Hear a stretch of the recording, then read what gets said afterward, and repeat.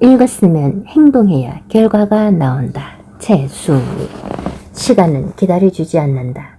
일하기 위해 시간을 내라. 성공의 대가다. 생각하기 위해 시간을 내라. 능력의 권원이다.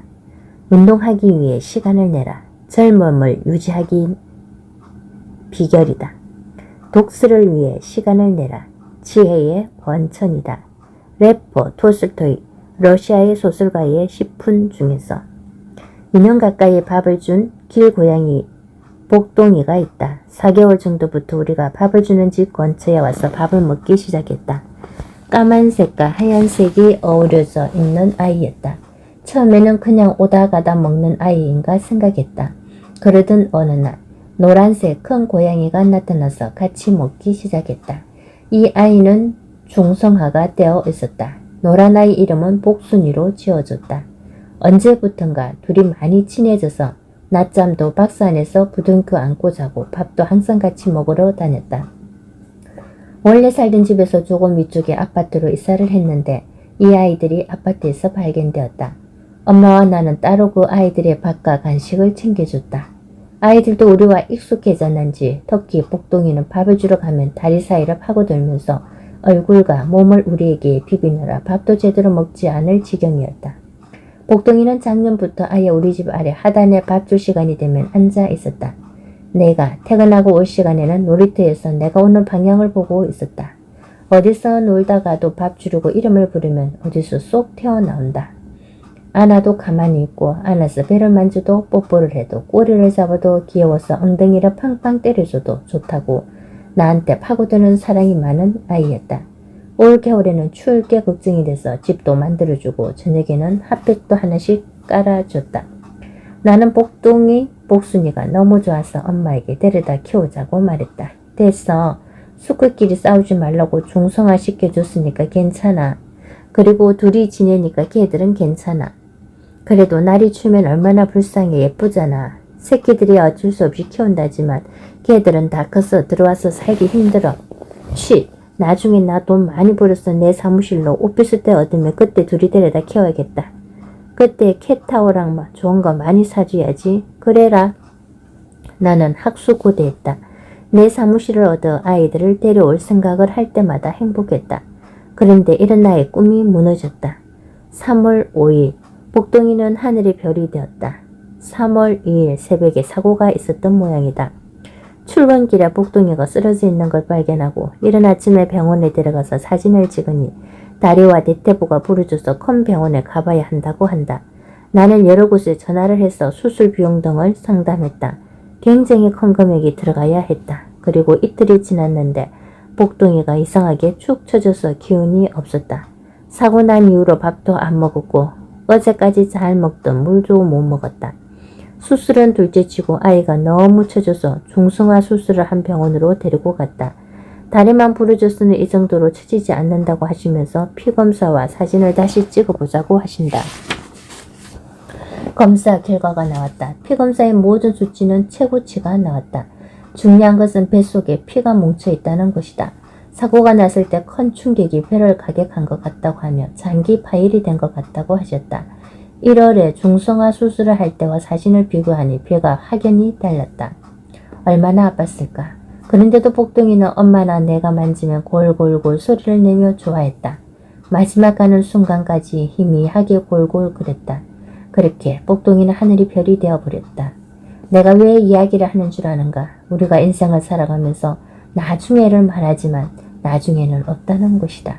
내가 하고 싶은 일이 있으면 미루지 말고 지금 당장 행동으로 옮겨야 한다는 것이다.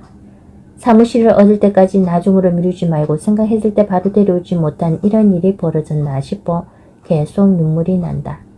바로 행동으로 옮기지 못한 것을 후회한다. 바로 행동하자. 책을 읽게 되면서 나는 용기를 얻었다.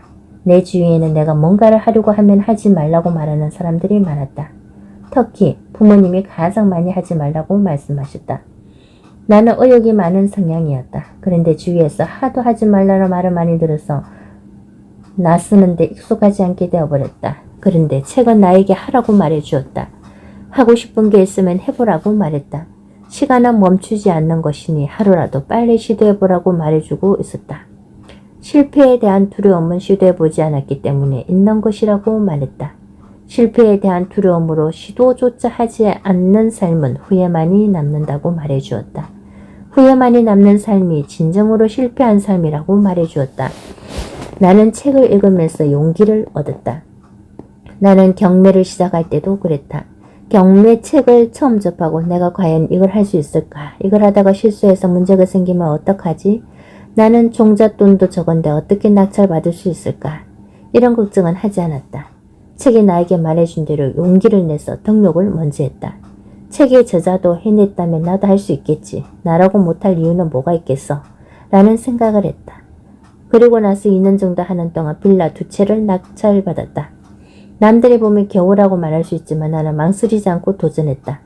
내가 가지고 있는 종잣돈 500만 원으로 2채를 낙찰받았다는 것은 내가 그만큼 행동하고 열심히 했다는 증거다. 나는 지금은 책을 쓰고 있다. 나는 지금까지 일기를 써본 적도 없다. 워낙에 배우는 것을 좋아해 강의를 들으러 가면 모두 감사일기를 쓰라고 말한다. 워낙에 좋다고 강조를 해서 감사일기를 써보자 결심하고 쓰다 보면 5일 이상을 계속 쓰기가 어려웠다. 매일 쓰다 보니 반복되는 일상에 감사할 거라도 매일 같아서 5일 이상이면 똑같이 내용이 똑같았다. 나의 의식 변화도 못 느껴서 그만두기가 부지기수였다. 이랬던 내가 지금은 책을 거의 완성해가고 있다. 내가 책을 쓰게 된 것도 김도사님의 저서들을 읽고 바로 행동했기 때문이다. 책을 3권 정도를 주문하고 단숨에 읽어버렸다. 나는 성공하고 싶다. 그것도 아주 많이 열망한다. 그런데 성공할 방법을 몰랐다. 방법을 몰라 헤매던 나에게 김도사님의 책은 나도 책을 써서 성공할 수 있다라고 강력하게 말해주었다. 나는 바로 행동으로 옮겼다. 그리고 이렇게 책을 쓰고 있는 나를 맞이하고 있다. 일기를 한 번도 써보지도 않은 내가 감사일기도 5일 이상을 지속하지 못한 내가 이렇게 책을 쓰고 있다는 것은 모두 책을 읽고 바로 행동했기 때문에 나오는 결과물이다. 아직까지는 작은 성공이라 할 수도 있다. 누군가는 별것 아닌 것으로 말한다고 야유를 보낼지도 모른다. 하지만 나는 이 작은 성공들이 모여서 큰 성공으로 갈 것이라는 것을 안다. 작은 시냇물이 모여서 강으로 가고 강물이 모여서 바다로 흘러가듯이 나의 이런 작은 성공들이 쌓여서 큰 성공을 이룰 것이라고 믿는다. 여러분도 책을 읽고 나도 저자처럼 성공하고 싶다는 생각이 든다면 앞뒤 가리지 말고 행동으로 옮기자. 그것은 내 가슴 속에서 진정하고자 하는 것이다. 나중은 없다. 나중에는 열정과 열의도 식어버린다. 내가 왜 그것을 하려고 했는지 이유도 생각나지 않는다. 나중에는 지금보다 더 열악한 상황이어서 그때 할 걸 하고 후회할 수도 있다. 성공하고 싶다면 책을 읽고 바로 행동으로 옮겨야만 결과가 나온다. 가슴이 씻기는 일은 지금 당장 하자. 내가 복동이가 없어진 것처럼 내일은 오지 않을 수도 있다.